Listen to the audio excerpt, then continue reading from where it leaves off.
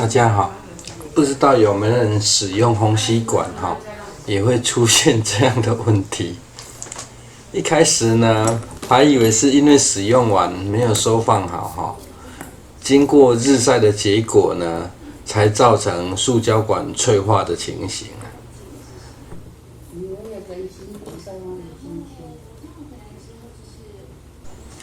但事不过三呢，发生3次同样的事件呢，个人就实在难以接受了啦。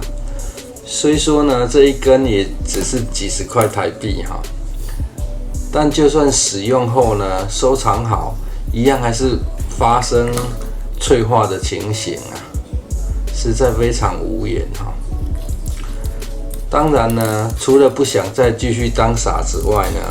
虽然说几十块的东西是要求多高但是没有进行修复呢，就只是不断在制造垃圾而已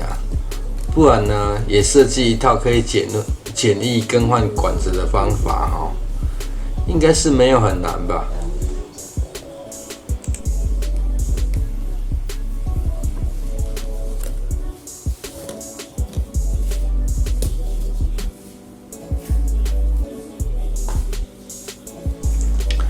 首先呢，要买一段这种黑色的水管除了耐热之外呢，孔径也刚好可以密合了。将水管一头呢先修起后，找条铁丝呢穿过水管因为这种塑胶水管呢有一定的弹性挤压穿过后呢，其实就几乎没有空隙可言的啦，不会有漏水的现象。再将铁丝呢绑紧虹吸管这样就可以继续使用了。其实没有很难嘛。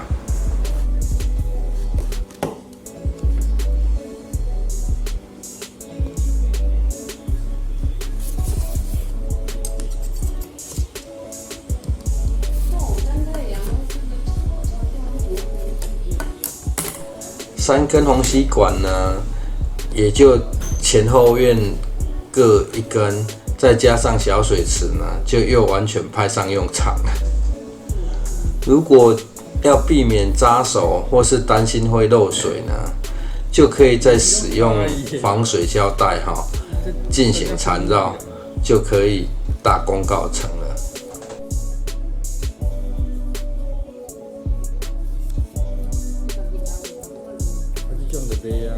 你挑低的你啥？你用怎么呢？